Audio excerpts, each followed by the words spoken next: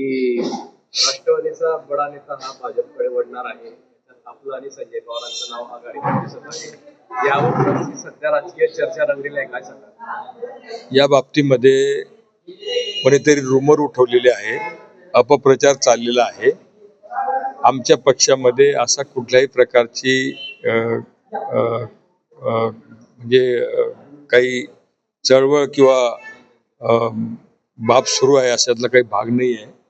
2-3 दिवसापूर्वी मला अजय पाटील लोकमतचे त्यांनी पण विचारलं होतं. मी त्यांना स्पष्ट शब्दात सांगितलं होतं की कुठल्याही पक्षामध्ये जाण्याचा अजिबात संबंध नाही. मी अजितदादांच्या राष्ट्रवादी काँग्रेस पक्षाच्या पक्षामध्ये आहे. कायमस्वरूपी या पक्षामध्ये आम्ही काम करणार आहोत. पक्ष मजबूतीचं काम, पक्ष वाढवण्याचं काम आमचं सातत्यानं चाललेलं आहे. आणि त्यामुळे ह्या तुम्ही जे काही मला विचारलं त्याच्यामध्ये काही तथ्य नाही आहे. तरी सुद्धा त्यांनी दुसऱ्या दिवशी ती बातमी दिली. परंतु मी आपल्याला या ठिकाणी परत खुलासा करतो की आमच्या पक्षातला म्हणजे मग जिल्हाध्यक्ष संजय भाऊसाहेब असतील, मी असेल आणि कोणीही असेल, आमच्या संदर्भात जर कोणी चर्चा करत असेल तर तो विषय अजिबात नाही.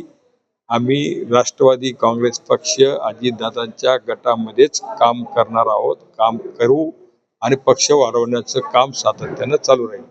यावरच या ठिकाणी मंत्री गुलाबराव पाटलांनी टोला लावलेला आहे, नाव न घेता आपल्यावर, की या ठिकाणी जे महायुतीच्या विरोधात लढलेले आहे त्यांना पक्षात प्रवेश देणं कुठेतरी उचित नाही आहे, जे सिजनेबल असतात, असा टोला त्यांनी लगावला आहे.